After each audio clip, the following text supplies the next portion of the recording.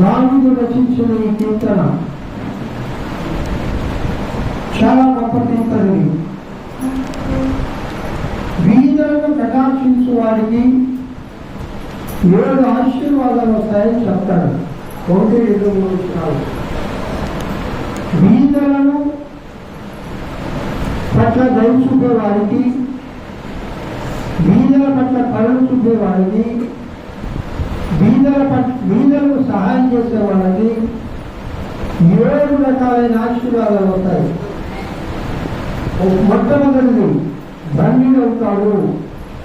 ఏమవుతాడంట? ధన్యుడు అంటే blessing people, blessed man, blessed women అంటే ఆశీర్వాదములు పొందిన వాడిని ధన్యుడు అంటారు. ఇంగ్లీష్ బైబిల్లో చదవడం మీరు కావాలి. ధన్యుడు అనగా ఆశీర్వాదములు పొందినవాడు. రెండవది ఆపత్కాలంలో దేవుడు వారిని తప్పిస్తాడు. ఆపదలు అనేక రకాలుగా వస్తాయి. ఒకటి నీటి ఆపద, ఒకటి యాక్సిడెంటల్, ఇంకొకటి అగ్ని, ఇంకొకటి వాయువు, గ్యాస్ స్టవ్లు, అనేక రకాలైన ఆపదలు వస్తాయి. ఎవరిని తప్పిస్తాడంటే ఆయన బీదలను కటాక్షించే వాడికి తప్పిస్తాడు. అది గుర్తుపెట్టుకోండి. బీదలను కటాక్షించే వాడికి, బీదల పట్ల దయచూపే వాడికి, బీదలను ఆదరించే వాడికి, బీదలకు సహాయం చేసే వారికి కలిగే 7 ఆశీర్వాదాలు. మొదటి బ్లెస్సింగ్స్ ఇస్తాడు. ఆశీర్వాదములకు కారకుడుగా అతను చేస్తాడు. రెండవది ఏం చేస్తాడట చెప్పాలమ్మా? ఆపత్కాలంలో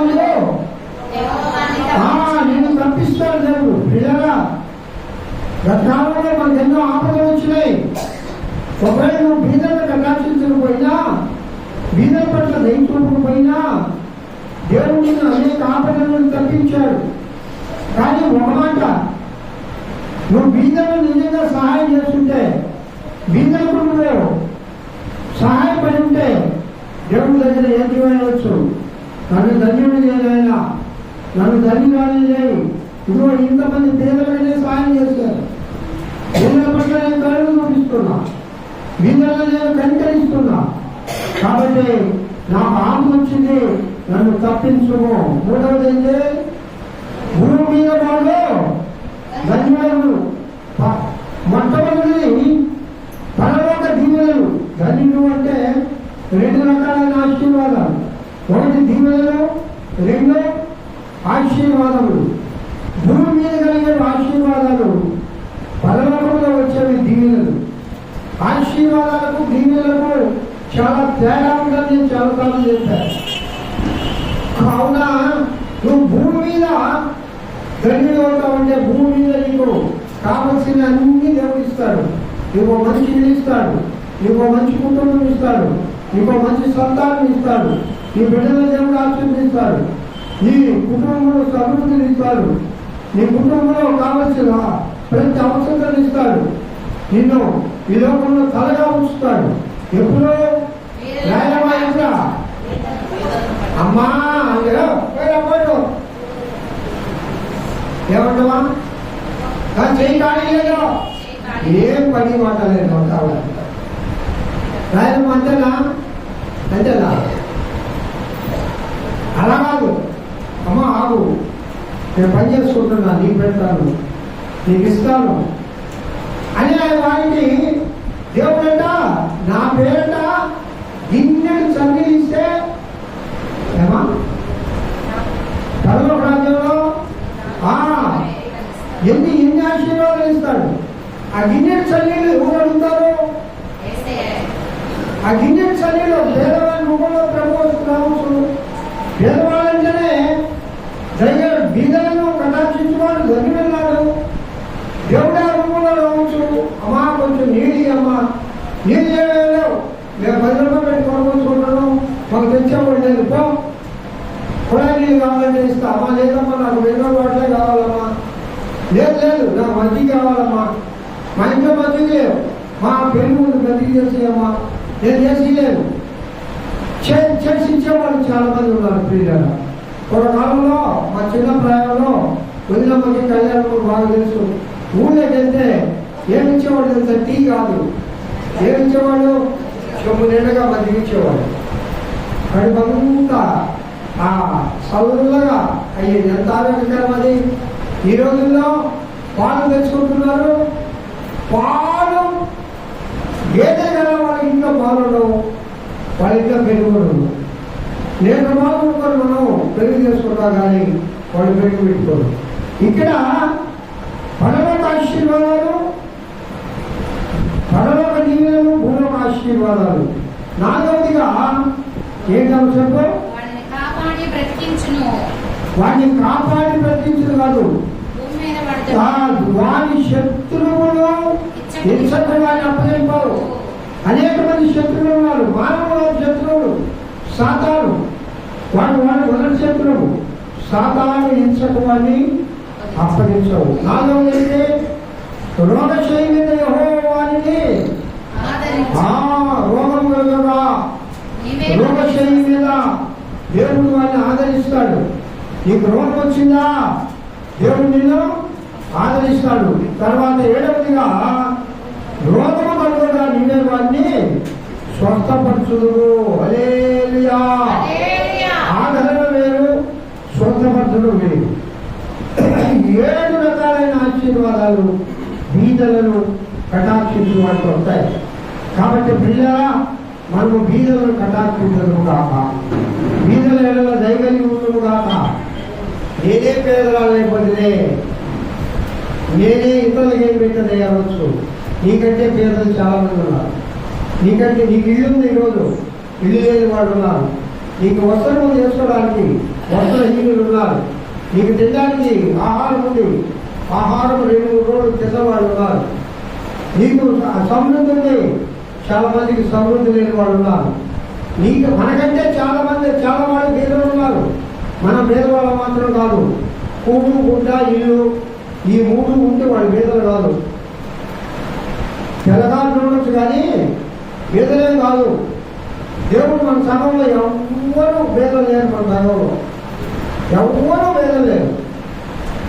దేవుడు మనకు ఉండడానికి ఒక ఇల్లు ఇచ్చాడు, తినడానికి తిండి ఇస్తున్నాడు, వేసుకోవడానికి బట్ట ఇస్తున్నాడు, కొంతమందికి ఉద్యోగాలు ఇచ్చాడు, కొంతమందికి పనులు ఇచ్చాడు, కొంతమందికి సమృద్ధిని ఇచ్చాడు. దేవుడు నీకు ఇవ్వాల్సినవన్నీ ఇస్తా ఉన్నాడు. మరి మనం ఏ విధంగా బీదలను జ్ఞాపకం చేసుకుంటున్నాం? ఏ విధంగా మన సంఘం ద్వారా ఎంతమంది బీదలను ఆదరిస్తున్నావు? నీ కుటుంబం ద్వారా ఎంతమంది బీదలను నువ్వు సాయం చేస్తున్నావు? ఒక సంవత్సరానికి వాళ్ళ కోసం అంటూ ఒక కాలు తెచ్చిపెట్టి ఒక సంవత్సరంలో వాళ్ళకు ఒక సాయం చేయలేవా? చాలా మంది చేస్తూ ఉంటారు. అసలు సాఫ్ట్వేర్ చదివే బిడ్డలందరూ ఒక యూనియన్గా చేరి మా బాబీ వాళ్ళ దగ్గర ఉన్నారు.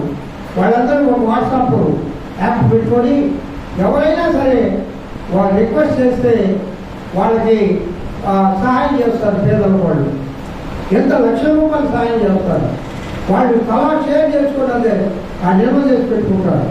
ఎందుకంటే కొంత భాగం వాళ్ళ వల్ల అందరూ క్రైస్తవులేం కాదు, వాళ్ళు కొంత భాగం తీసి పెడతారు పేదల కోసం. అలాగే దేవుడు మనకి ఇచ్చిన 100 రూపాయల్లో ఒక 10 రూపాయలు నెలగా కలిసి పెడితే ఎంత అవుతుంది? ఆ ధనాన్ని నీకు కలిగింది 1000 రూపాయలు, 100 రూపాయలు, 10,000లో 1000 రూపాయలు. ఈ విధంగా కొంత భాగం మనం బీదలకు ఇవ్వాలి. హల్లెలూయా చెప్తామా? హల్లెలూయా! 7 ఆశీర్వాదములతో బీదలను కటాక్షించు వారిని దేవుడు నింపును గాక. ఆరాధన నడిపించమ్మా. అందరూ కళ్ళు మూసుకొని దేవుడికి స్తోత్రాలు చెబుతాం. అందరం స్తోత్రం స్తోత్రం స్తోత్రం స్తోత్రం స్తోత్రం. బీదలను కటాక్షించే ఆ మనసును మాకు ఇవ్వండి ప్రభువా.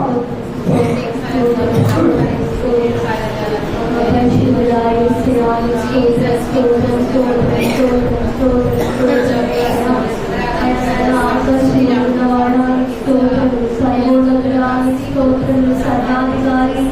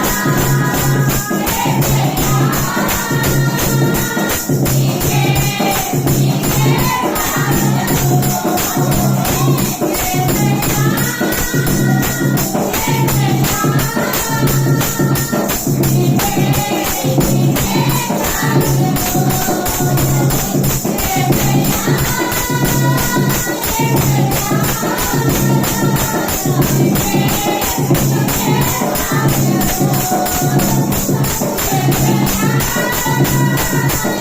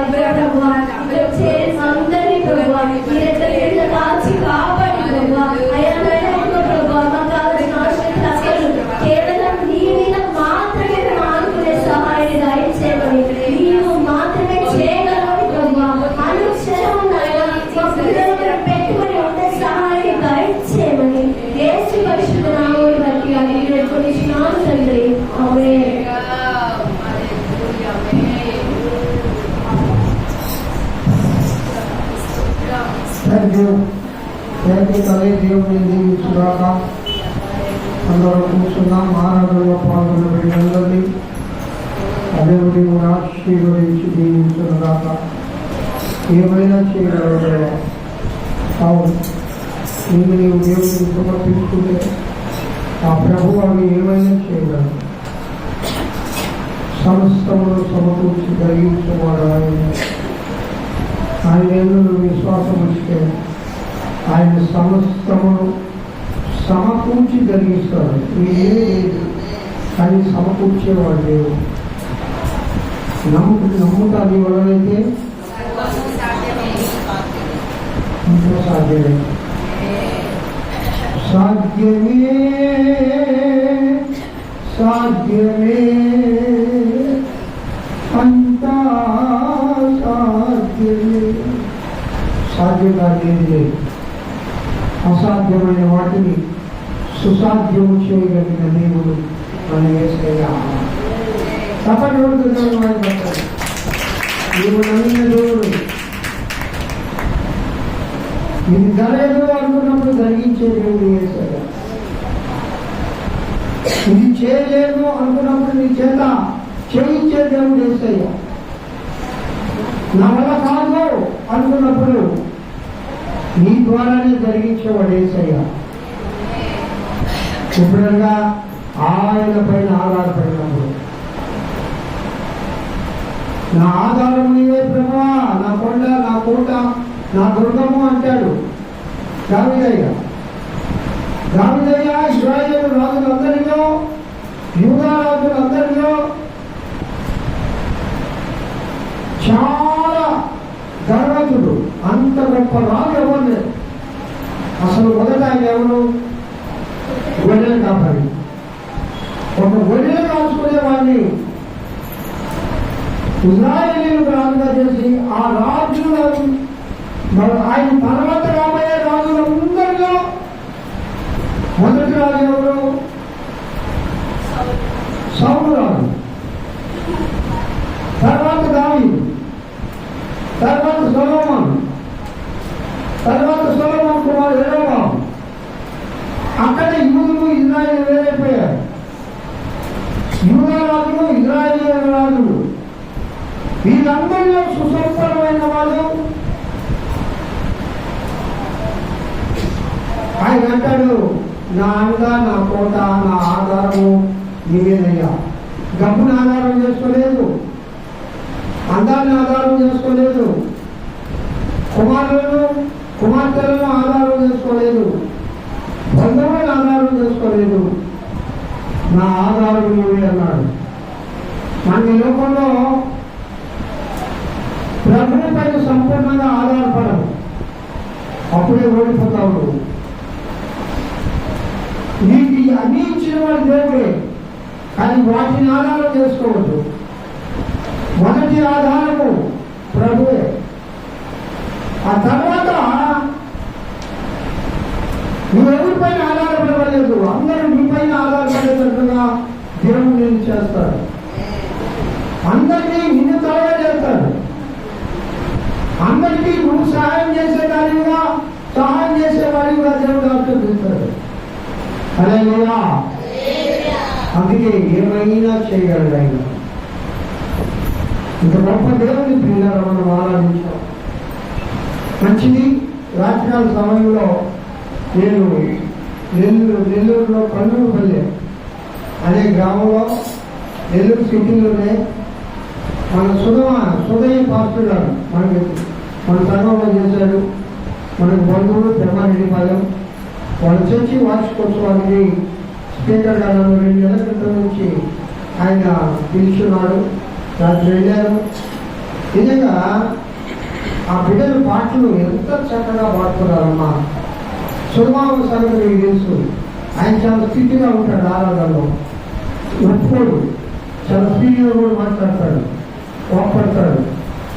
ఆయన సొంత సంఘం అది. 3 సంఘాలు ఉన్నాయి ఆయనకి. ఈ వయసులో కూడా ఆరోగ్యం బాగలేదు, నిలబడలేడు, కాళ్ళు లేదు, ఇంత లావుగా వాచిపోయి ఉన్నాయి. ఒక కుమారుడు దేవుని సేవ వదిలేశాడు. ఒక కుమారుడు టిఎన్సి కంపెనీలో హైదరాబాద్లో సాఫ్ట్వేర్గా పనిచేస్తూ ఉన్నారు. దేవుడు మామగారిని బాగా ఆశీర్వదించాడు. సేవలో సగాలు ఉన్నాయి. దేవుడు మంచి కష్టపడి పనిచేసేవాడు. మనకు తెలుసు ఆయన మన సంఘంలో పనిచేసేటప్పుడు పండు పెట్టకుండా, పాత పెట్టకుండా, క్షమాదల, అలాగే ఈ గ్రామాలన్నీ కూడా సాయంకాలం ఆదివారం సాయంకాలం వెళ్ళి నేను సువార్త చేసేవాడు. చాలా ఉత్సాహపడు, చాలా సంతోషంగా నేను రాత్రి అక్కడ మాకు గడిపాను. ఫీల్ అక్కడ నేను నేర్చుకున్నది ఏంటంటే, పరిశుద్ధాత్మ దేవుడు నాకు నేర్పించింది ఏంటంటే, ఈ విధంగా కష్టపడితే ఈ విధంగా దేవుడిని అభివృద్ధి చేస్తారు. అక్కడ చూసి నేను నేర్చుకున్నా. ఆత్మదేవుడు నాతో మాట్లాడాడు. నాకు నేర్పించిన పాఠం ఏంటంటే, నీవు కూడా ఈ విధంగా కష్టపడితే ఈ విధంగా దేవుడు ప్రయత్నిస్తాడు. ఆ సంఘాలన్నీ కూడా చర్చి వార్చుకోవచ్చు. ఆ చర్చిలో ఐదు కుటుంబాలే ఉన్నాయి. కానీ మిగతా 2 సంఘాల నుంచి వాళ్ళ విశ్వాసం ఇచ్చారు. రాత్రి 9:30 10 గంటలకి ప్రేమ పూర్తయింది. 45-50 నిమిషాలు దేవుడు వాటితో యేసుక్రీస్తు ప్రభు పరిశుద్ధాత్మ దేవుడు మాట్లాడాడు. చాలా చక్కగా పాటలైతే బహు చక్కగా పాడారు.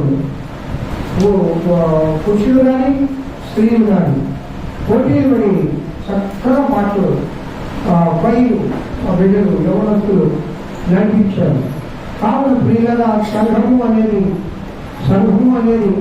అందరూ సహకారం చేస్తేనే, అందరూ పాల్పొప్పులు పంచుకుంటేనే సంఘం ఉంటుంది. ఒకటితో సంఘం ఉండదు. సురమాల ఇల్లు అయ్యప్ప దగ్గర ఉంటే వాళ్ళ విశ్వాసులు వాళ్ళ ఇంటికి వచ్చి రోజులు ఉండి అంతమందికి ఆటోలు పెట్టుకుని ఆ కల్లూరు పల్లె అంటే వాళ్ళ ఇంటికి 3 కిలోమీటర్లు 4 కిలోమీటర్లు మన టీంకు వాళ్ళ ఉండే ఇంటికి చాలా దూరం కల్లూరు పల్లె. అక్కడికి వాళ్ళు ఏ భోజనం ఎంత చక్కగా ఉందో తెలుసా. నేను అపాలం నేను తిన్నాను రాత్రి. అది అంత చక్కగా చేశారు ఆ స్త్రీలు. ఆ తల్లిలో అంత బాగా చేశారు. సాంబార్ తిన్నాను సాంబార్లో ఆ సిస్టర్ చేసి తిన్నాను. చికెన్ ఇంకో ఆ సిస్టర్ చేసి అని ఆయన నాతో చెప్తామన్నాడు తెలియనప్పుడు. నేను సంతోషపడ్డానంటే ఆత్మలో పిల్లగా. ఎందుకంటే డ్రైవర్ లేడు, నాకు డ్రైవరు రాలేదు. దేవుడు ఇంకో మార్గం చూపించాడు. గేర్ ఆఫీస్ కంటేశారు. ప్రార్థన చేయండి, దేవుడు ఆ బిడ్డకు బాగా స్వస్థ ఇచ్చాడు. నిన్న సాయంకాలం మళ్ళా ఆ బిడ్డను ఐసీ నుంచి తీసుకొచ్చాడు. వాళ్ళ పెద్ద కుమారుడు రాజు నా కారు దొరుకుని నెల్లూరు కారు వచ్చాడు. అక్కడి నుంచి నేను దొరుకుని వెళ్ళాను. తర్వాత రాజేష్ ప్రార్థనకు వచ్చి మనం తీసుకెళ్ళాడు. కావున దేవుడు మహిమకరంగా మీరు మన దాసుని అక్కడ వాడుతున్నారు. అయ్యో చెప్పండి. సంఘం అంటే ప్రతి ఒక్కరు తప్పని పడి పనిచేస్తున్నారు. అక్కడ తప్పని పడి నాకెందుకులే కూర్చుందాంలే అనుకున్నాడు లేదు. అప్పుడే అది సంఘం, అప్పుడే అది ఎవరు పెట్టాము. ఆ సంఘంలో కేవలం 5 పేదపోవాలి. కానీ మిగతా సంఘాలలో ఒక 10 మంది టీచర్లు ఉన్నారు. ఆయన సంఘానికి వచ్చేవాళ్ళు. ప్రశాంతి అన్నారు ఇప్పటికీ మా సంఘానికే వెళ్తుంది. రిటైర్ అయ్యాము. ఆ విధంగా మంచి వాళ్ళు ఉన్నారు. అందరూ కూడా వాళ్ళ హోదాలు మర్చిపోయి, వాళ్ళ స్థాయిని మర్చిపోయి వాళ్ళు అక్కడ సర్వీస్ చేస్తూ ఉన్నారు. అది నేర్చుకోవాలి. పిల్లలు మన సంఘంలో కూడా చేస్తారు. నేను కారణంగా ఎవరో 2 ముగ్గురు అప్పుకి ఆ ప్రియ లేకపోతే అదిగో ఆ కృప లేకపోతే ఎవరు బిడ్డలు వాళ్ళు ఉన్నారు అని కాదు. ఎవరిని కాదు, పురుషులని కాదు, స్త్రీలని కాదు. నీకు చేతనైన పని నువ్వు చేయాలా. అదే చెప్పండి. నీకు చేతనైన పని నువ్వు సంఘంలో చేయాలా. అప్పుడే సంఘం అనేది అభివృద్ధి అవుతుంది. హల్లెలూయా. మంచి ప్రియులారా, ఆదికాండం 7వ అధ్యాయం 1వ వచనం చూసుకోండి. ఆదికాండము 7వ అధ్యాయము 1వ వచనం.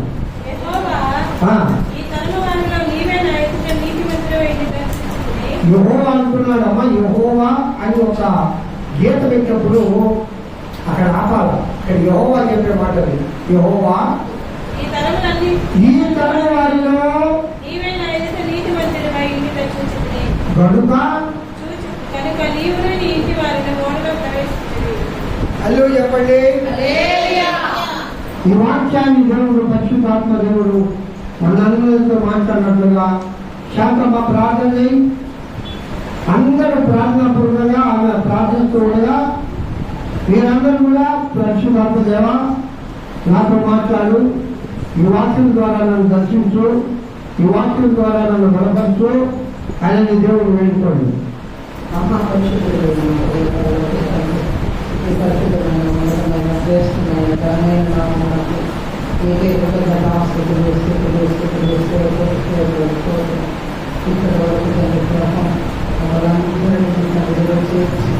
ఆయన ఏకముగా మిమ్మల్ని ఆరాధించుకుని ఇక్కడ నామం స్థుతించడానికి తండ్రి మీకు వందనాలు తండ్రి. ఆయన మా హృదయాలను కలుపుకోవడానికి తండ్రి ప్రభావం ఈ వాక్యులతో నాతో మా అందరితో మీరు మాట్లాడండి. ఈ దాసులు చాటు మరుగుపరచండి. రహస్యమైన మరణాలతో తండ్రి మీరు మాతో మాట్లాడండి. ఈ దాసుని మరుగుపరచండి. మీరు మాత్రమే మాట్లాడండి. నాతో మాట్లాడాలి, అందరితో మాట్లాడుతుంది. మా హృదయాన్ని ఇతర కాలంలో ఏది అవసరమో తండ్రి దానిని మాత్రమే మాకు భుజింపు చేయమని మాట్లాడాలి.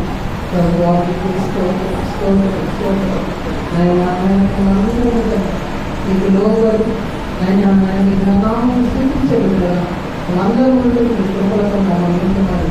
మరి మా ఘనత ప్రభావం వేసి తీసుకున్నాడు కదా వారిని వేడుకొని పొందుతున్నాం.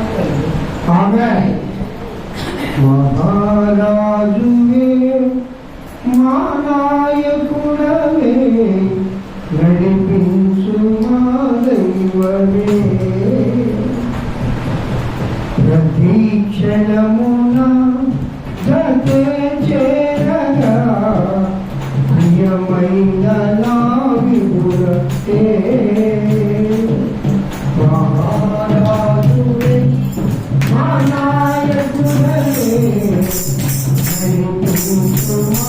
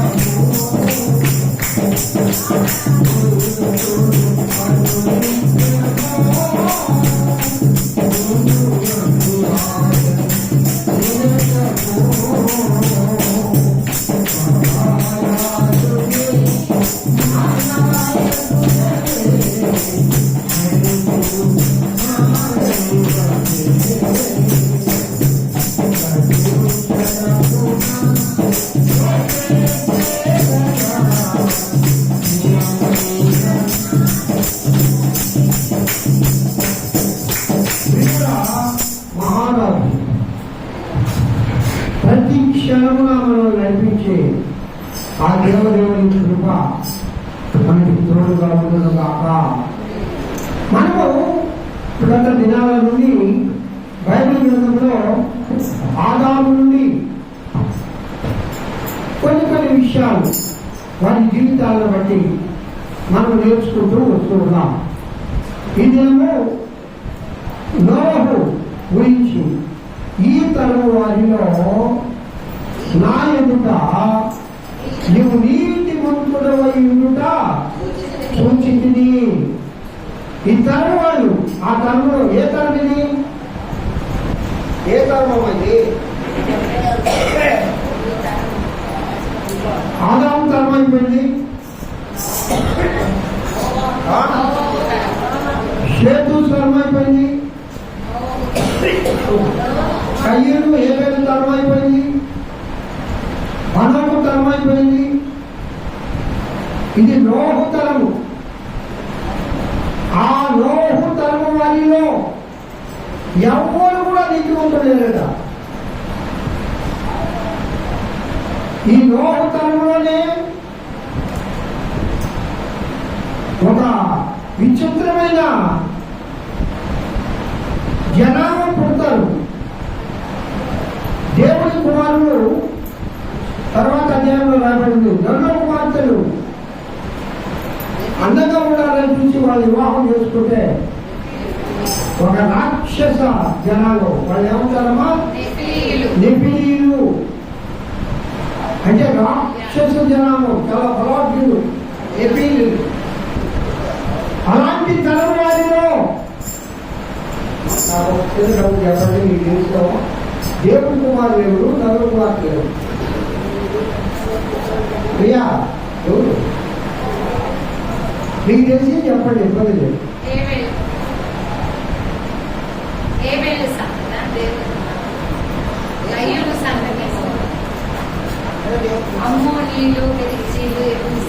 అది వాళ్ళు అప్పుడు లేదు, తర్వాత దేవుడి కుమారులు అంటే దేవదూతలని, నన్ను కుమార్తెలు అంటే విషత్తు యాభైతు వాళ్ళ సంతానం అని. ఓ ఆశ, దట్ ఈజ్ నాట్ కరెక్ట్. దేవదూతలు లింగభేదం లేదు, దేవదూతలు మహిమ చెల్లిండు. ఇంకొక మాట చెప్తారు, పరలోక రాజ్యంలో ఉంటే దేవదూతలు లింగభేదం లేదు, కానీ త్రోసివేయబడినారు కదా భూలోకంలో. వాళ్ళకి వాళ్ళు మానవులు పెట్టి వాళ్ళు అంటే వాళ్ళు దేవుడు కుమారులు ఎందుకు పెట్టారు? వాళ్ళు సాతాను కుమారులు కదా. మరి దేవుడు కుమారులు అంటే చేతులు అంటారమ్మా? కాదు. అది చాలా లోతైన హిస్టరీ ఉంది. ఒకరోజు వచ్చిన ఆధారంగా పరిశుద్ధాత్మ దేవుడు మనం తెలియజేయడు కాక. హల్లెలూయా. అది చాలా లోతైన భావాలు. అది ఒక రకంగా ఆలోచిస్తే దాన్ని అది పూర్తిగా అవగాహన కాదు. అది ఒక బైబిల్ స్టడీ లాగా తీసుకొని మనం చెప్పుకుంటే 2-3 దినాల్లో కానీ అది మనకు సంపూర్ణంగా అర్థం కాదు. చాలా లోతైన సబ్జెక్ట్ అది. అయితే పిల్లలా, ఇక్కడ ఈ తరం వారిలో నువ్వు నీతివంతుడు అయి ఉన్నావు. బాగా ఒక మాట వినాలి. ఇక్కడ ఆలయమా ఏదో బాగుంటుండవా, ధ్యానం చేస్తుండవా? అదే చెప్పు. ఎవరు ధ్యానం చేయొద్దు, ఎవరు ప్రార్థన చేయొద్దు, అందరూ పని చేసుకుని రావాలని చూడండి. హల్లెలూయా. ముసుగులు వేసుకొని నిలబడవద్దు, గోళ్ళు గిల్లుకోవద్దు, పిల్లలతో ఆటలాడద్దు.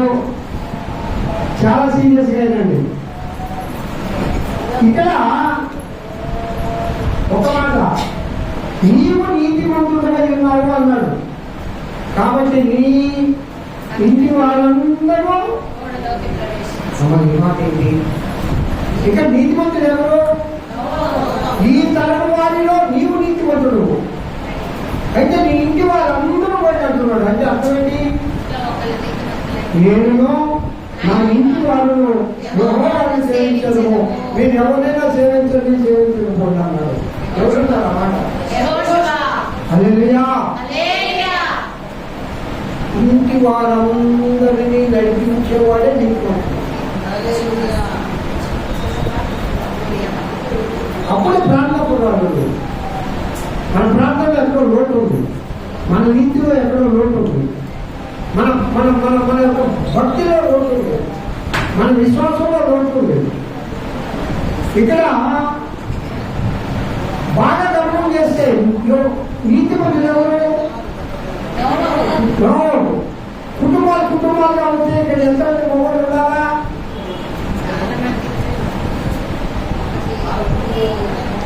ఎంతమంది ఉండాలా? రావలేదు. కళ్యాణమ్మ భర్త వచ్చారు. 2 కుటుంబాలు ఉన్నాయి ఈడ. మిగతా వాళ్ళందరూ వచ్చుకోవడం మీరు కూడా మీ ఆయన కావాలంటే మా ఆయన కావాలి. సరే 3 కుటుంబాలు ఉన్నాయి. దేవుడు అంటాడు నీవు నీతిమంతుడము వాళ్ళ ఎదురు కనబడితే కనుక ఏమా నీవులో ఇంటి వారు కూడా అదే చెప్పండి చెప్పండి.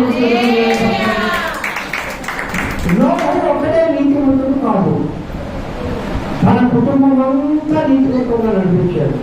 ఈ దినం నేను నోహు భార్యలో ఉండే సుగుణాలను నేను చెప్తాను. నోహు భార్య పేరు ఎవరో బైబిల్లో ఉందా? మీరు ఎవరైనా ఉంటే చదవండి. ఉందా? నోహు భార్య పేరు ఉందా? పేరు లేనివాళ్ళు కూడా మహాభక్తి పనులు ఉన్నారు బైబిల్ గ్రంథంలో. నోహు ఎన్ని సంవత్సరాలు సువార్త ప్రకటించాడమ్మా? 120 సంవత్సరాలు. ఎన్ని సంవత్సరాలు? ఆ ఓడను 120 సంవత్సరాలు కట్టాడు. 120 సంవత్సరాలు.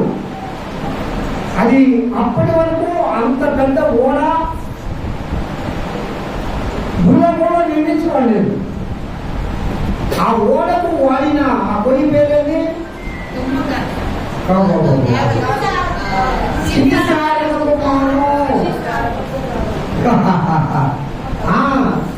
సిద్ధిసారకపు మాను.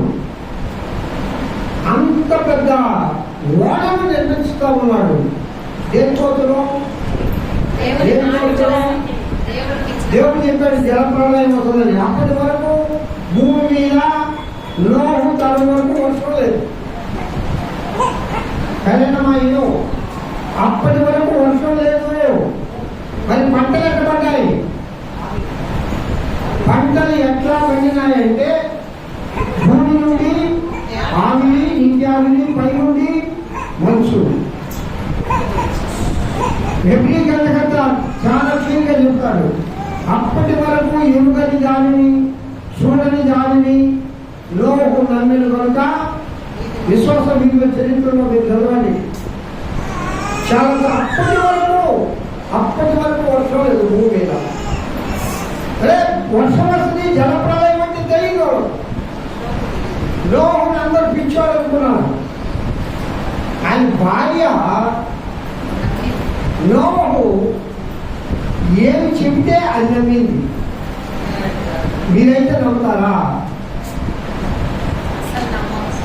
స్త్రీలు సంఘంలో లేక ఒక దైవ సేవకుడికి బాగా సేవ చేయాలంటే రైట్ హ్యాండ్ ఎవరంటే వాడి భార్య, వాస్తవమే. కరెక్ట్గా దైవ జీవితాలు కరెక్ట్గా ఉంటే దైవ సేవకుడు చక్కగా దేవుడు సేవ చేస్తాడు. దైవ సేవకురాలు అవిశ్వాసురాలైతే ఆ దైవ సేవకుడు దేవుడి సేవ చేయలేడు. దానికి తాకాలనే మన సంఘంలో పనిచేసి ఆత్మహత్య చేసుకున్న దైవజనుడు ఎలాంటి వారమ్మా? శ్రీనివాసరావు పాత్ర గారు. మీకు తెలియదమ్మా, చిన్న బిడ్డలు మీరు, చిన్న బిడ్డలు కదా. చాలా గొప్ప విశ్వాసం కలిగిన ఆయన, చాలా పరిశుద్ధాత్మ కలిగిన ఆయన. ఆయన భార్య బ్యాంకు ఆఫీసర్గా పనిచేస్తుంది. ఇప్పుడు ఆఫీసర్ అయినప్పటి వరకు చివరకు ఆత్మహత్య చేసుకొని తిప్ప ఆ ఎండిఓ ఆఫీస్ వెనక వైపున చనిపోయినాడు.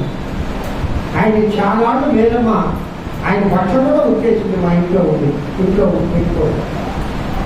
ఆయన ఎందుకు దేవుని సేవలో కొనసాగలేకపోయాడంటే తనకు భార్య సహాయం లేదు, భార్యకు దేవుని సేవ అంటే ఇష్టం లేదు. ఆయన వదిలేసింది.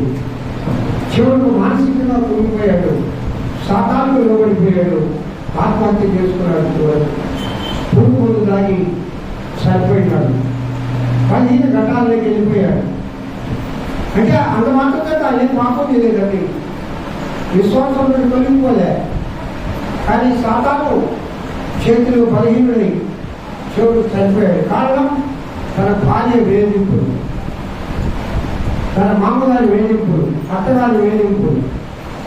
చివరు కన్నబిడ్డను చూడడానికి పోయాడు. ఒక రోజు లాస్ట్లో నాకు మరి ధైర్యంగా ఉండేవాడు. బిడ్డను చూడడానికి కూడా ఒక కొనుక్కుంటారు. ఈరోజు మంచి ఆఫీసర్స్ ర్యాంకులో ఉన్నారు వాళ్ళు. కొనుక్కుంటూ కూడా చూపించలేదు వాళ్ళు. నువ్వెవడో బయటికి వెళ్ళిపో.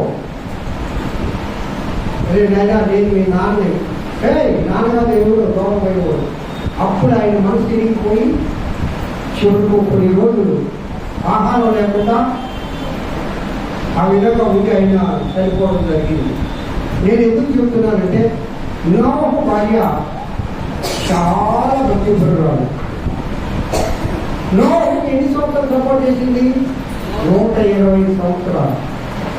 అంతగా పూర్వం వర్షం అంటే చూడలేవాళ్ళు.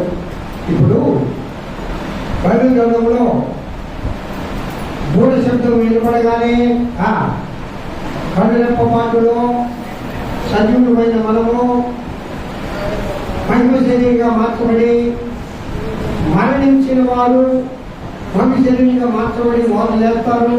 వారిలో కలిసి సజీవులమైన మనం కూడా పరలోక రాజ్యానికి మధ్యాకాశానికి వెళ్తా ఉంటాము అని ఎంతమంది నమ్ముతున్నారు? నమ్మిన వాళ్ళు దేవుడు స్తోత్రం చెప్పండి. ఎంతమంది నమ్ముతున్నాం? నమ్మకము ఉన్నప్పుడు అనుసరించాలి కదా, ఆ విధంగా జీవించాలి కదా. ఎప్పుడైనా ప్రభా నీ బోధ ఇంకో సంగతి బోధంతో అందరికీ ఏర్పడుతుంది. ఎవరమ్మా అందరికీ వినపడదు, అది కొందరికే వినపడుతుంది. అది ఎవరికి వినపడుతుందంటే క్రీస్తులను నిందించిన వారు సమాజంలో ఉండగా వారి ఆత్మ పరదేశంలో ఉంది. ఆ సమాధి దగ్గరకు వచ్చి మరలా ఏ శరీరం దాచుతారు? రక్తమాంసంలో కలిగిన శరీరం కాదు. దానికి సాకారం ఒకటి మనం నమ్మాలా. యేసుక్రీస్తు ప్రభువు ప్రాణం పొందిన తర్వాత కొంతమంది నీతిమంతులు సమాజంలో నుండి తిరిగి లేచారు. అదే చెప్పండి, హల్లెలూయా.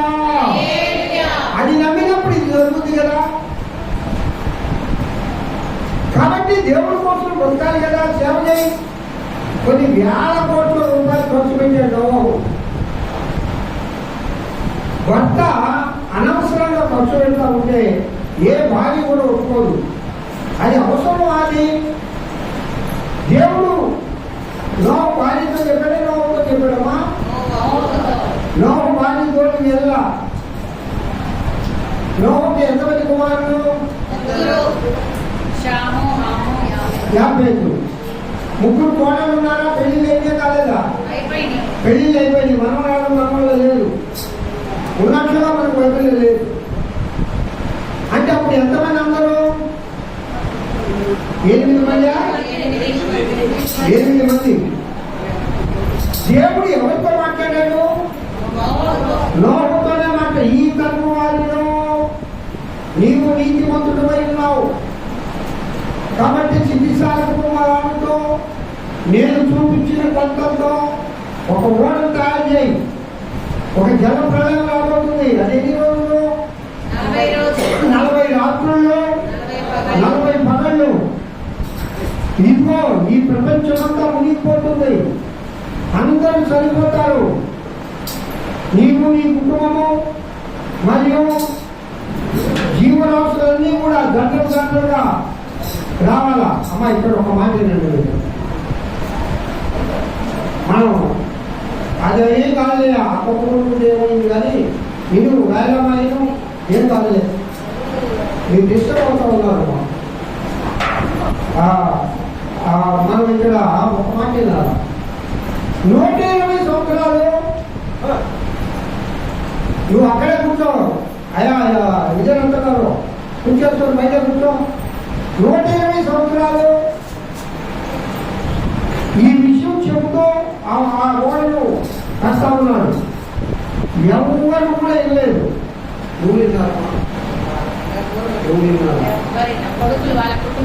శివరాశులన్నాయి. జంటలుగా వచ్చాయట ఓడకి. మా పులులు, సింహాలు, మేకలు, గొర్రెలు,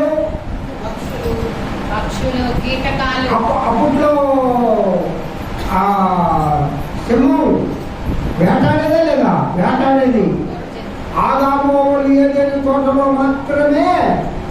అవన్నీ అప్పటికి వాడికి రక్తం అంటే తెలియదు, ఎట్లాంటి అంటే తెలియదు. అవి చాలా బాగున్నాయి. ఎప్పుడైతే ఆదాము ఆశలు అంతకర నుంచి ఇదిగో బయటికి నెట్టివేయబడ్డాడో ఊళ్ళ తప్పులు భూమి పైకి వచ్చినాయి. అర్థమైందంటే కక్షలు, కార్పణ్యాలు, అసూయలు, ద్వేషాలు, శరీర కార్యములు మొదలవడం ప్రారంభించబడ్డాయి. మృగాలలో కూడా క్రూర మృగాలు, సాధు జంతువులు అని 2 రకాలుగా వేరు చేయబడ్డాయి. ఇక్కడ ఒకే ఊళ్ళలో 3 అంతస్తులు కట్టినా కూడా జీవరాశులన్నీ నోరు లేని జీవరాశులు దైవదాసులు వాటిలో లోబడి ఓడే ప్రవేశించాయి.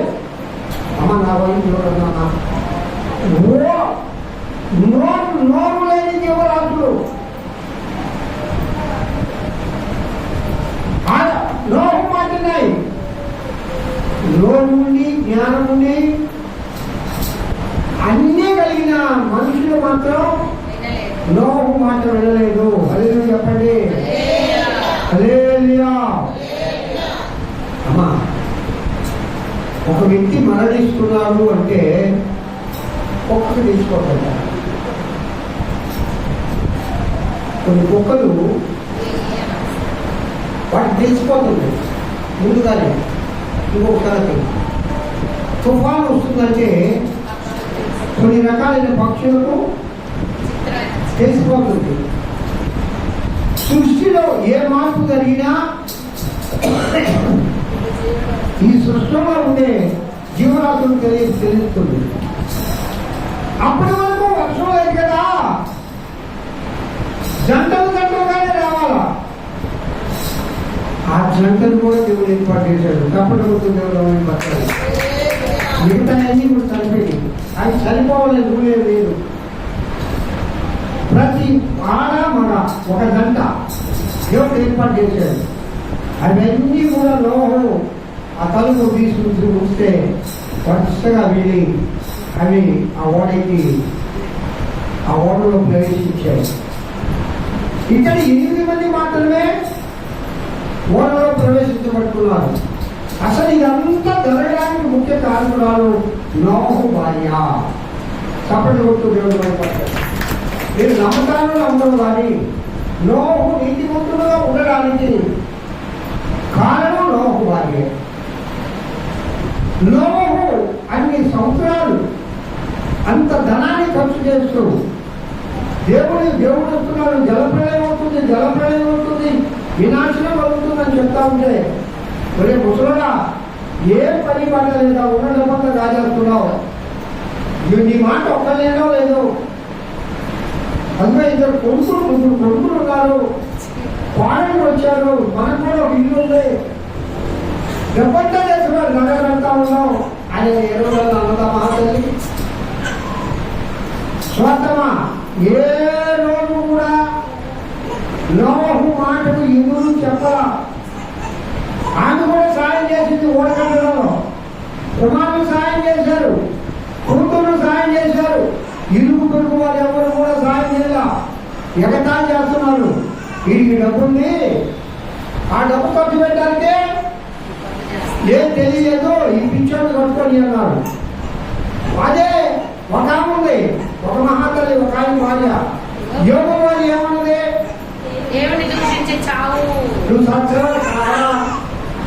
నువ్వు సావరా పక్కన లేదుగా. ఏమా ఈ మాటలు భార్యలు భర్తల్ని చాలాసార్లు అనుకుంటారు. మీరు కాదులేండి, నేను నిన్నా సాగునైనా రావరాదా, ఎందుకు ఆ బతుక చచ్చిపోతే నువ్వు 20 పెట్టుకోకపోతే బాగలేదు. ఉన్నామంటే లేకపోయినామంటే బైబిల్ గ్రంథం ఆ మహాతల్లి అన్నది. మరి యోగు అంత నీతిమంతుడైతే యోగు వారి ఎంత నీతిమంతురాలైంది చెప్పమ్మా. అంత చదివే కాదమ్మా, చూసింది ఉన్నాయన్నీ పోయినాయి, నశించిపోయినాయి. ఇతను సృష్టిపోతా ఉన్నాడు. ఆమె కూడా విశ్వాసం ఉంది. ఏమో విశ్వాసం చెప్పండి ఎంతమ్మా. యోగ భార్యకు విశ్వాసం ఏంటి? దేవుడు దూషిస్తే చస్తారు, చచ్చిపోయినా బాగుపడతారు. ఆ బాధ చూడక ఎలా బతికి కొడుకు, ఎలా ఉన్న కుటుంబం, ఆ తూర్పు దేశంలో అంతటి ధనవంతుడు ఎవరో, అంతటి ధనవంతుడు ఎవరు లేడు. ఈ పరిస్థితి ఏంటి? దేవుడి కానీ దూషించాడా చచ్చిపోతాడు, చచ్చిపోయినా నెమ్మది ఉంటాడు అని అన్నదే కానీ అంత తునీకరించిన విషయం కాదు. ఆమె ఒక స్త్రీగా, ఒక భార్యగా, ఒక ప్రేమించే భార్యగా, భర్తని ప్రేమించే భార్య. చాలాసార్లు మనం కూడా భర్తని అంటూ ఉంటాడు, ఇంతే భర్త సావలేదు కాబట్టి అర్థం చచ్చిపోవాలని ఎవరు కోరుకోరు. ఆ భర్త మీద ప్రేమ, ఆయన మాట వినకపోయినది కదా, ఆ పరిస్థితిని బట్టి ఆ విధంగా మాట్లాడతారే కానీ అంత మాత్రం చేత వాడు చదవాలే కాదు. ఇక్కడ యోగు భార్య ఆ విధంగా దూషిస్తూ ఉంటే ఇక్కడ బయటికి కూడా నోహు భార్య తోడుగా ఉంటుంది. అదే చెప్పండి, హల్లెలూయా. నోహుకు తోడుగా ఉండింది. ఎన్ని సంవత్సరాలు? 120 సంవత్సరాలు. ధనమంతా అయిపోతా ఉంది, అయిపోయి ఎవరో అందరూ ఎంత చేసేవాళ్ళే. వీడికేం పని మాట లేదు, ఏదో జలప్రలయమంట, వర్షం అనే మాట తెలియకూడదు. నీటితో నిండిపోతుంట, దేశమంతా ప్రపంచంతో మునిగిపోతుంట. ఏమి విచిత్రంగా మాట్లాడుకుంటున్నారు. మీకు తెలుసో తెలీదో, ఇప్పటికి కూడా అనాథాతో పర్వతాల మీద ఆ నోహు కూడా అవశేషాలు ఉన్నాయి. హల్లెలూయా, హల్లెలూయా. ఆ నోహు ఓడను శాస్త్రజ్ఞులు, భూగర్భ శాస్త్రజ్ఞులు అనాథ పర్వతం అంటే అది మనసుతో కబడి ఉంటుంది. ఆ పర్వతం దగ్గర దాన్ని కనిపెట్టారు. ఇంకొక సంగతి తెలుసా? ఎర్ర సముద్రంలో ఐగుప్తు దేశం యొక్క రాజు యొక్క ఆ రథముల చక్రాలు, ఆ రథంలో ఉండే శీలలు అవన్నీ కూడా సముద్రంలో నుండి వెలిగించారు. అంటే ఈ బైబిల్ గ్రంథము పుస్తక పురాణము కాదు, హల్లెలూయా. కవి రాసింది కాదు. ఎంతమంది రాస్తారు? బైబిల్ 40 మంది రాశారు. ఎన్ని సంవత్సరాలు రాశారు?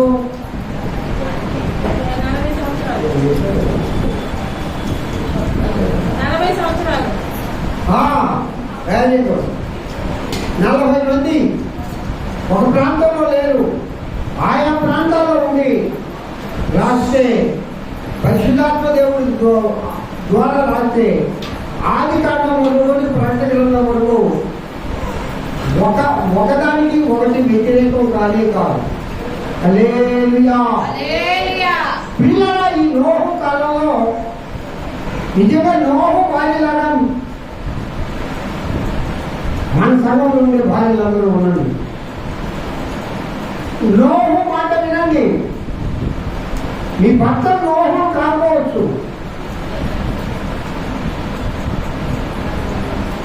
మీరు కావాలా?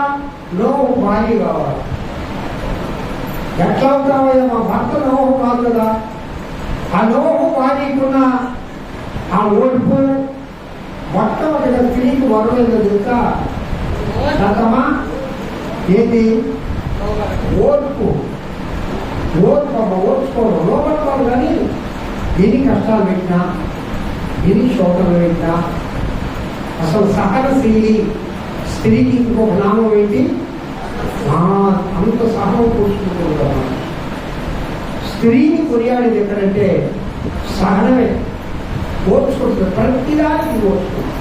దానికి ప్రతికి నా భార్య వేరే అంటే నేనేం కష్టాలు పెట్టలేదు, కానీ ఆమె కష్టపడింది, ఆమె ఓర్చుకుంటుంది, ఇతరులను సంతోషం పెట్టేది అనుకోవటం. ప్రతి స్త్రీ కూడా అంతే, వేరే ఒకటే కాదు, మీరందరూ కూడా అంతే. ఇంట్లో బిడ్డలు కష్టపడాలనుకోరు, భర్తలు కష్టపడాలనుకోరు. నేనైనా కష్టపడతానని నా బిడ్డలు క్షేమంగా ఉండాలా అని కోరుకునే ఒకే ఒక సహనశీలి స్త్రీ. మీరు బాగా వహిస్తారు, మీరు చిన్నదానికి పెద్దదానికి మీరు చెప్పుకోరు. నాకు ఆధారం మీద నాకు కష్టం ఉందని చెప్పుకోరు. భర్తను వేధించరు, బిడ్డను వేధించరు. మీరైనా కన్నీరు కాలుతారు. వాళ్ళు చూడకుండా ఏడుస్తూ ఉంటారు, కానీ వాళ్ళు చూసి వెంటనే నవ్వుతారు. ఎందుకంటే నా కన్నీరు నా బిడ్డ చూడకూడదు, నా కన్నీరు నా భర్త చూడకూడదు. ఇదిగో అని మీలో మీరు కూలిపోతూ ఉంటారు. అదే సహనశీలుడు. ప్రియా దేవుని బిడ్డలా నోరు భార్య కూడా శుభ్రం ఏంటో తెలుసా? ఎంతో మంది ఎన్నో మాటలు చుట్టుపక్కల చెప్తా ఉన్నా ఏమో నీ భర్తని పడిపడతాయా ఏంటంటారు కళ్ళాడుతున్నాడు. ఎప్పుడైనా వర్షం చూసావంటే మనమా? ఎప్పుడైనా జలప్రలయం చూసావా? ఆకాశం నుండి నీళ్లు పట్టవేంది, ఆకాశ తూములు ఎక్కువ పట్టవేంది? కళ్ళతో చూడలేదు కదా, చూడడానికి ఎట్లా అనుకున్నాడు? యెహోవా దేవుడు నా భక్తితో మాట్లాడాడు, ఆయన నమ్మాడు కాబట్టి నేను నమ్ముతున్నాను. చెప్పని ఉంటుంది దేవుడు. భక్తుల మీద భర్త మీద నమ్మకమా, దేవుడి మీద నమ్మకమా? చెప్పడమా?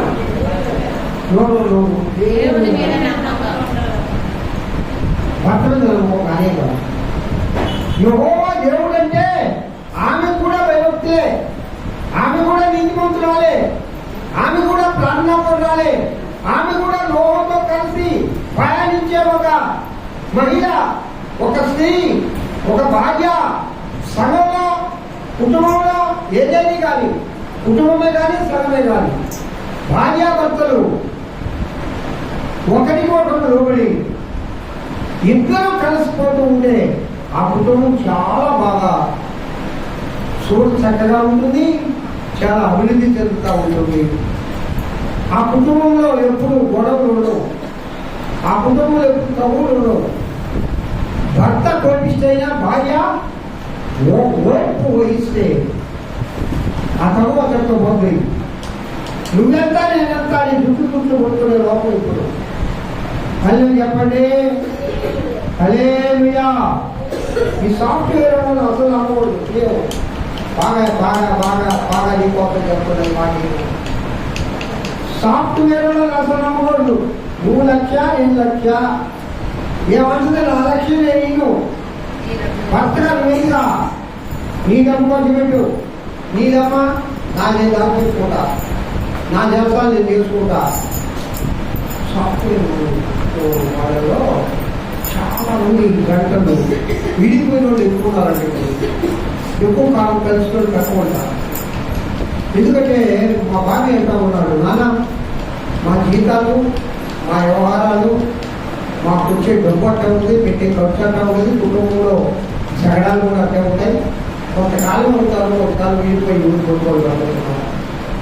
మనశ్శాంతి అనేది ఉండడం లేదు.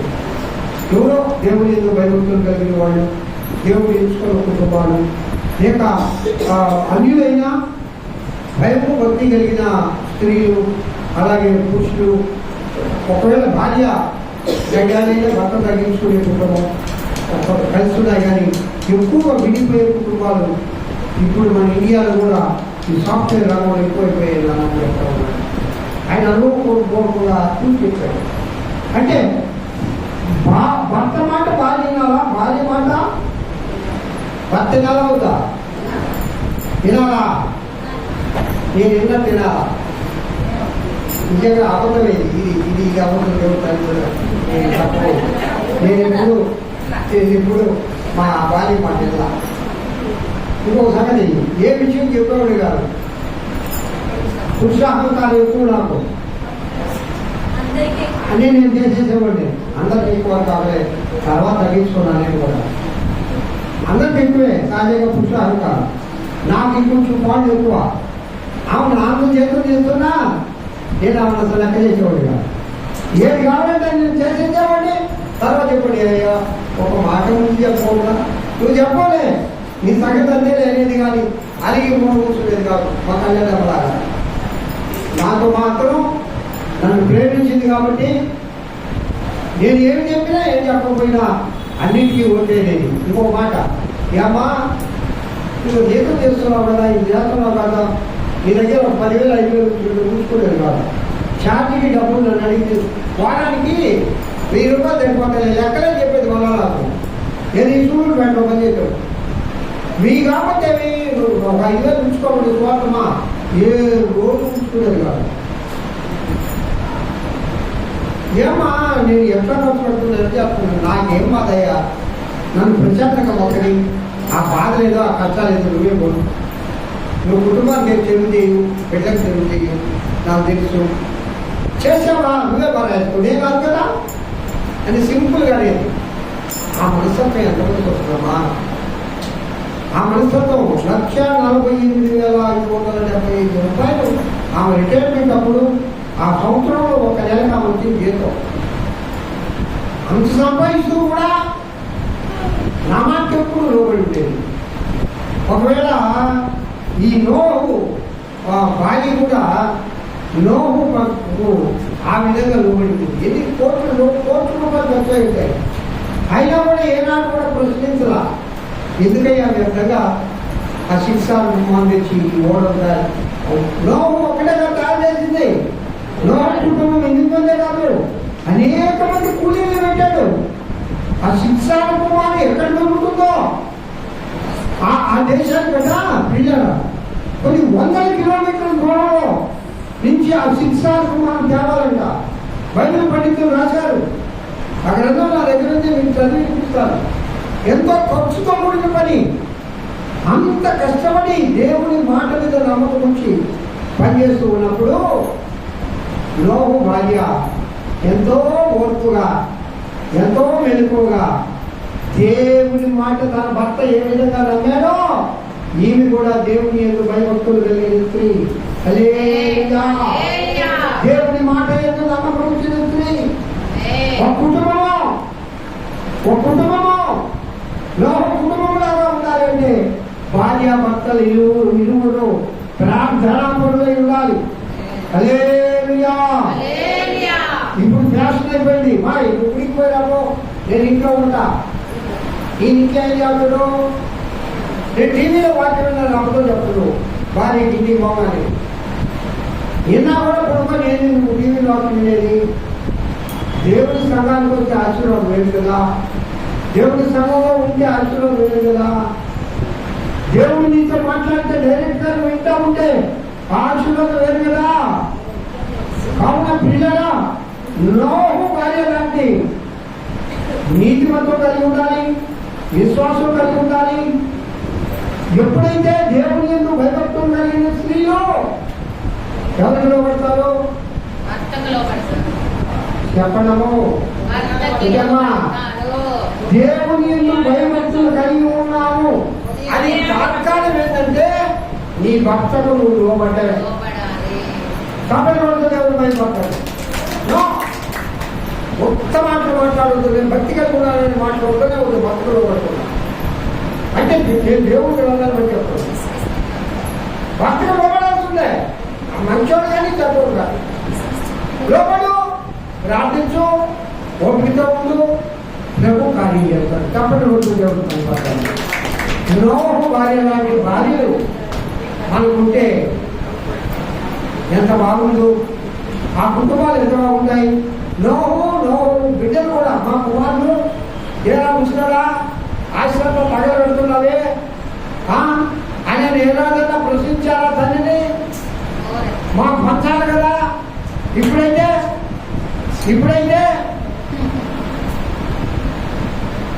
వాడు సంపాదించింది కాదు, చేసింది కాదు, నేను సంపాదించింది, నేను కష్టపడదు. ఎంత ఖర్చు పెడుతున్నావు, ఏం చేస్తున్నావు అని అడిగా కొనుక్కున్నారు. ఇప్పుడు నువ్వు సంపాదించలేదుగా, నువ్వేం చేయలేదుగా,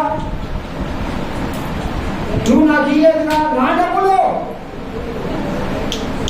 అనే కొనుక్కున్నారు ఇప్పుడు లోకంలో.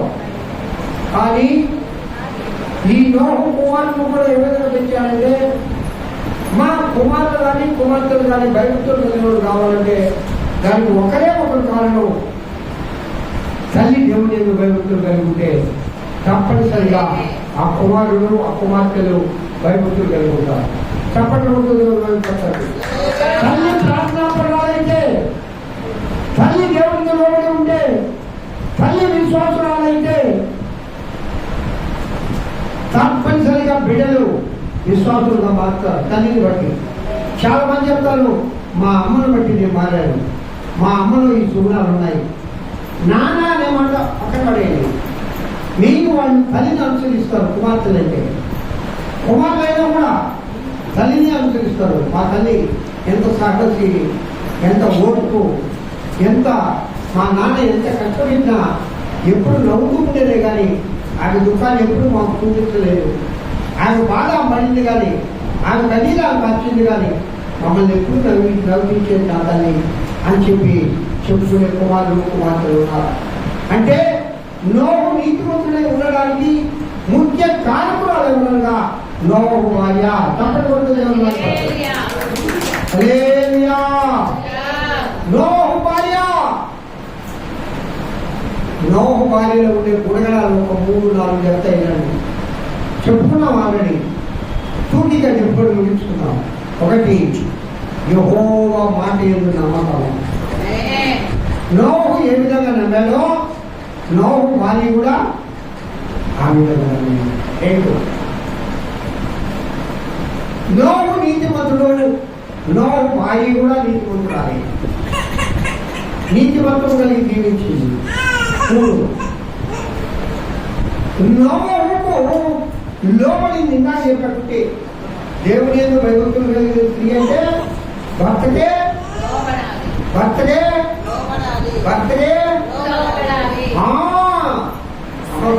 లోబడే స్త్రీకి కిరీటం ఏంటో తెలుసా? మా మాట భర్తకి లోబడే స్త్రీకి కిరీటం అది. అరే బాబు, భర్తకి లోబడే కిరీటం అది. కాబట్టి అలాంటి కిరీటాన్ని నువ్వు ధరింపజేసుకోవాలి. హల్లెలూయా, హల్లెలూయా. లోబడ్డం అనేది నేను నిజంగా నా భార్య గురించి చెప్పుకుంటా, వేరే గురించి చెప్పుకుంటా. ఆమె నా పట్ల అంత గొప్పగా లోబడి ఉండేది. ఎంత గొప్పగా అంటే చాలా గొప్పగా. దేవుని సన్నిధిలో చెప్తా ఉన్నా, నేనేం తప్పు చేసినా, నేను ఎంత కట్టుగా మాట్లాడినా, నేను ఏ విధంగా ఉన్నా అవి ఎప్పుడు నాకు లోబడే ఉండేది. ఎందుకనగా దేవుని యందు భయభక్తులు కలిగిన హల్లెలూయా. కాబట్టి 3వ గుణం ఏంటంటే నోహు భార్య గుణం భర్తతో చెప్పు, భర్తతో లోబడి ఉండడము. ఆ గుణం మనలో లేదు. లోబడండి. అది నీకు కిరీటం, అది నీకు దేవుడిచ్చే కిరీటం, అది దేవుడిచ్చే ఒక వరం. ఏమండి, ఒకవేళ కొంత చదువు కావచ్చు, నీ లోబడితనాన్ని, మంచితనాన్ని వాళ్ళు వేరే అర్థం చేసుకోవచ్చు. కానీ బ్రహ్మ దగ్గర నీకు వచ్చే ఆ కిరీటమే చాలా గొప్ప కిరీటం. తప్పకుండా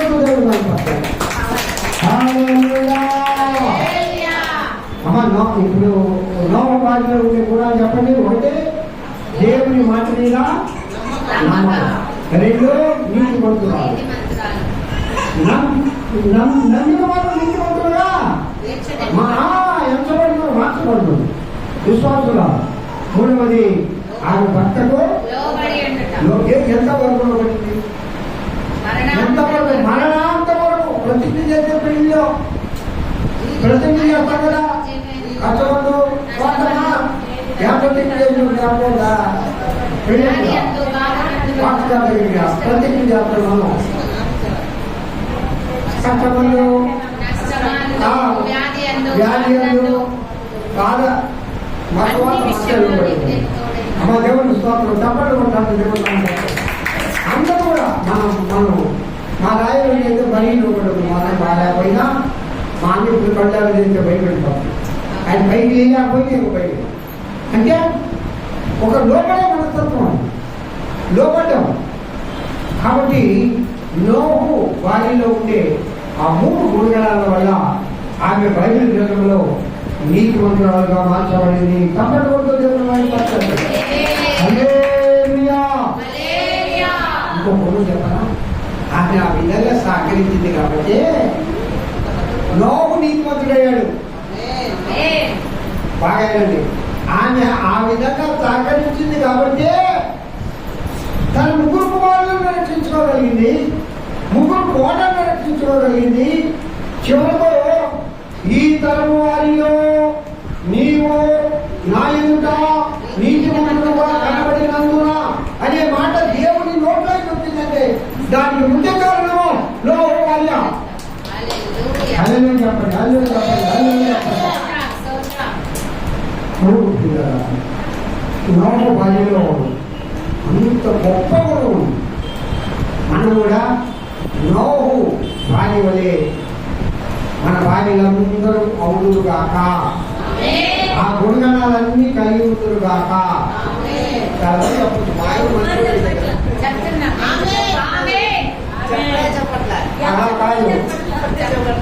మా ఆయన మంచోడు అయితే కదా అమ్మా, అందుకోటి నేను తయారైనా. భార్యని ప్రేమిస్తే ప్రేమిస్తే భార్య భర్తకు లోపడుతుంది. దేవుని గ్రంథం దేవుని గ్రంథంలో మొదటి వాడు నా వాళ్ళు ఎలాంటి వాడు, అభిగైలు ఎలాంటిది, అభిగైలాగా తయారు కావాలా. దేవునికి మహిమ కలుగును గాక. హల్లెలూయా. భక్తులతో నువ్వు ప్రార్థనాపరాలుగా, నువ్వు కన్నీరు కార్చే తీరిగా, నీ మోకాళ్ళు ఉంగి నువ్వు కన్నీరు కార్చి విరిగి నలిగిన హృదయం కలిగి అభిగైలు వలె ఉంటే మొదటి వాడు ఏమైపోయాడమ్మా, చచ్చిపోయాడు. దావీదు భార్య అయిపోయిందమ్మా. చెప్పండి, మహారాణిగా మారిపోయింది. నీ జీవితం మహారాణిగా మార్చబడ్డానికి పరిశుద్ధాత్మ దేవుడు సహాయం చేయదు కాక. దానికి అంతకూడను దేవుని యందు భయభక్తులు కలిగిన స్త్రీ కొనియాడబడును. ఈ మాట ఒకసారి అందరూ పడుతున్నాం. దేవుని యందు భయభక్తులు కలిగిన స్త్రీ కొనియాడబడును. దేవుని యందు భయభక్తులు కలిగిన స్త్రీ కొనియాడబడును. ఈ దినం మనము నోహు భార్య గురించి పరిశుద్ధాత్మ దేవుడు మనందరితో మాట్లాడిన ఈ మాటలను బట్టి మనం కూడా ఆ విధంగా జీవించుగాక.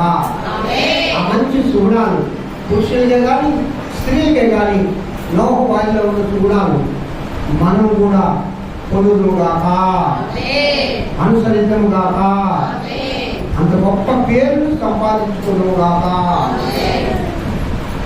సుగంధ తైలం కంటే ఏది పేరు? మంచి పేరు అంటే ఏంటి?